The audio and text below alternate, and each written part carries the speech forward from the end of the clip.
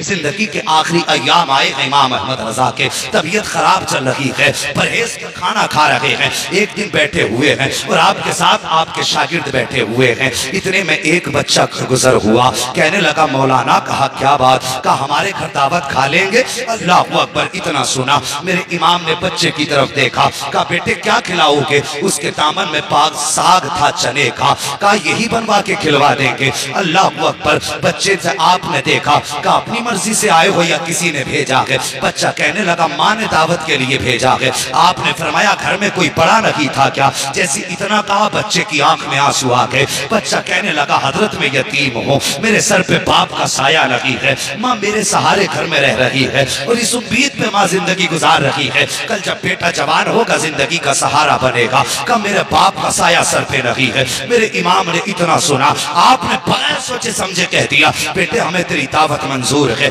कब खिलाओगे। बच्चा कहने लगा माँ से पूछ के बताऊंगा। बच्चा फिर वापस आया, ये कोई दूर की बात नहीं है बल्कि बिहारीपुर पुलिस चौकी की बात है। उसी ढाल पे वो यतीम रहा करता था। बच्चा फिर सौदा गिरान आया, आके कहने लगा बड़े मौल साहब, कहा क्या। मेरी माँ ने कहा है कल दोपहर की आपकी दावत है, कल दोपहर आके हमारे घर पे खाना खा लेना। अब सुनो इमाम अहमद रजा कौन है। अल्लाह अकबर, जब अगले दिन आया है, दोपहर का वक्त आया है, आपने अपने शागिर्द से कहा चलो कल जो बच्चा दावत करके गया था आज उसके यहाँ खाना खाने के लिए जाना है। जब पहुंचे हैं बिहारीपुर ढाल पे आला हजरत, वही उस बच्चे का मकान था। दरवाजे पे दस्तक दी, आवाज आई कौन का। बड़े मौल साहब आए हैं, कल दावत करके आए थे। इतना सुना बच्चा घर के अंदर से एक बोरिया लेकर के आया, टाट का टुकड़ा लाया। लाने के बाद की आला हजरत की बारगाह में पेश किया, कहा लो मौलाना इसे बिछाओ और बैठ जाइए। घर के आगे स्लिप की जगह पर आला हजरत ने वो बोरिये का टुकड़ा बिछाया है और बैठ जाते हैं। आज का पीर होता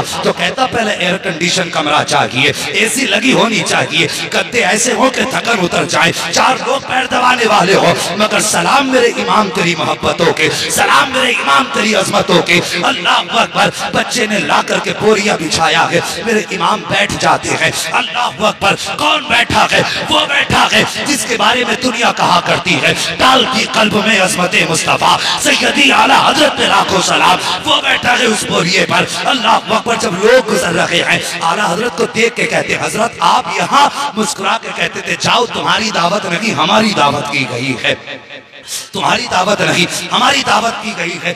ये कह के आप वापस कर देते आने वालों को। जब वक्त आ गया खाने का, बच्चा अंदर से चने की रोटी लाया है और बेसन की रोटी चने का साग, और लाने के बाद रख दी है आगे। जैसी आगे आई है रोटी, आपके शागिर्द जो साथ थे कहने लगे हजरत जी आप देख रहे हैं ये बेसन की रोटी है, डॉक्टरों का हकीमों का कहना यह है अगर एक लुकमा भी आपने खाया तो ये आपके लिए जहर से ज्यादा खतरनाक साबित होगी। अब क्या करोगे। अल्लाह अकबर, मेरे इमाम बैठे हैं, बिस्मिल्लाह शरीफ पढ़ी है और उसके बाद आपने दुरूद पाक का विर्द किया है। और वो रोटी जो मेरे इमाम के लिए जहर थी, आपने पहला लुकमा तोड़ा है और उसी रोटी को खाना शुरू किया है। तुम्हें क्या लगता है एक लुकमा खा के कहना पूरा कर दिया होगा। नहीं, आला हजरत ने खाना शुरू किया है। हर दिन आपकी रोटी, आपकी खुराक आधी रोटी हुआ करती थी, लेकिन आज आपने पूरी रोटी तनावुल फरमाई है, पूरी रोटी खाई है। आपके साथ जो शागिर्द थे कहने लगे मेरे इमाम तेरे राजों पे कुर्बान जाऊं,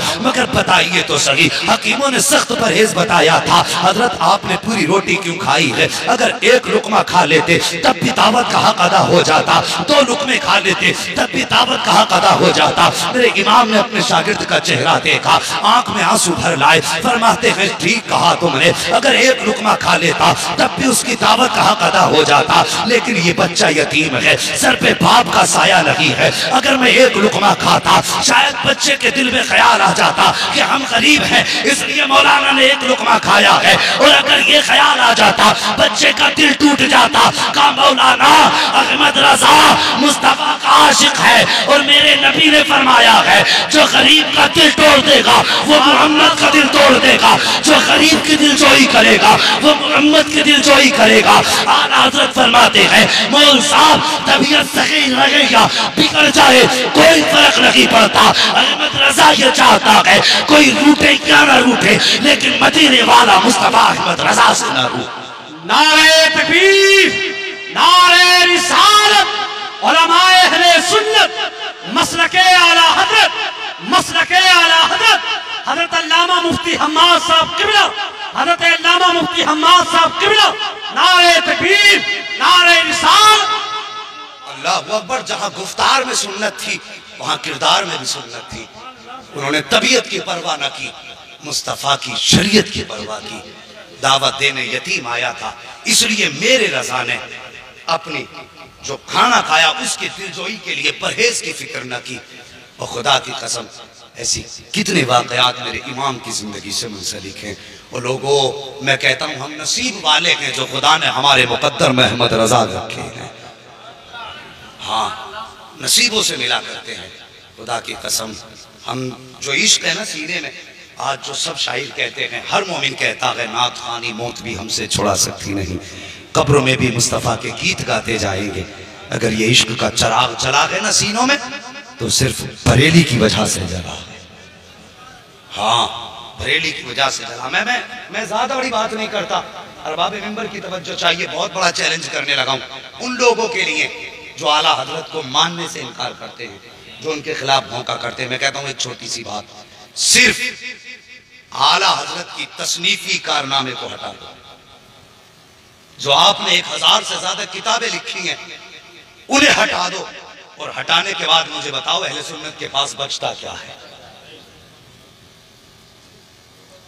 बस आला हजरत की तसनीफात हटा दो और फिर मुझे बताओ आला हजरत के बाद हमारे पास है क्या?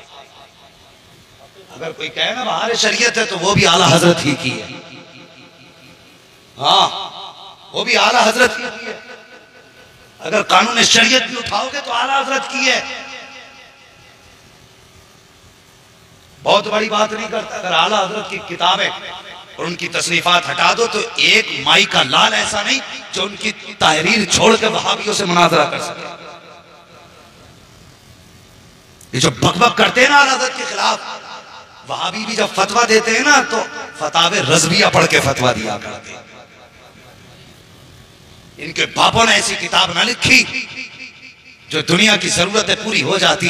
अगर दुनिया की जरूरतें पूरी होती है ना तो आज भी खुदा का शुक्र है इमाम अहमद रजा की चौखट से पूरी हुआ करती है।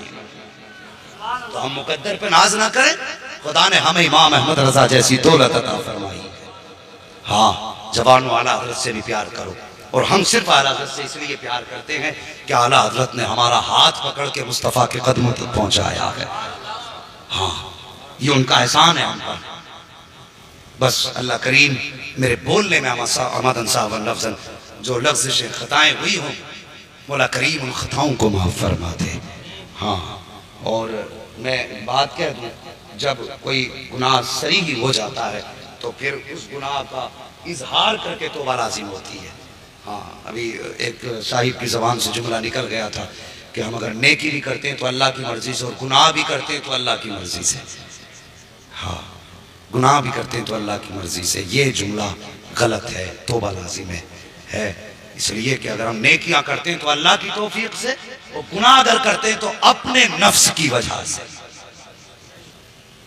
हाँ, ये हमारे शामत नफ्स होती है, ये हमें उभारता है। सिर्फ नेकियों की तौफीक अल्लाह देता है और गुनाह अपने नफ्स की वजह से करते हैं। इसलिए तौबा लाजिम थी। बस सारे लोग इस गुनाह से भी तौबा कर लें, कलमा शरीफ भी पढ़ लें। सारे लोग पढ़ें ला इलाहा इल्लल्लाह मुहम्मद रसूलुल्लाह अस्तगफिरुल्लाह रब्बी। सारे लोग पढ़िए अस्तगफिरुल्लाह रब्बी मिन कुल्लि ज़ंबिन व अतूबु इलैहि। या अल्लाह, हम अपने हर उस गुनाह से तौबा करते हैं जो हमने जाने और अनजाने में किए। मौला हमारी तौबा कबूल फरमा। बस जो हुए अगलात उनको माफ़ फरमाए रब्बे कायनात। जिंदगी ने दिया साथ तो फिर होगी मुलाकात। चमन रहा फूल खिलेंगे, जिंदगी रही फिर मिलेंगे। मुसाफिर हैं हम भी, मुसाफिर हो तुम भी, किसी मोड़ पर फिर मुलाकात होगी।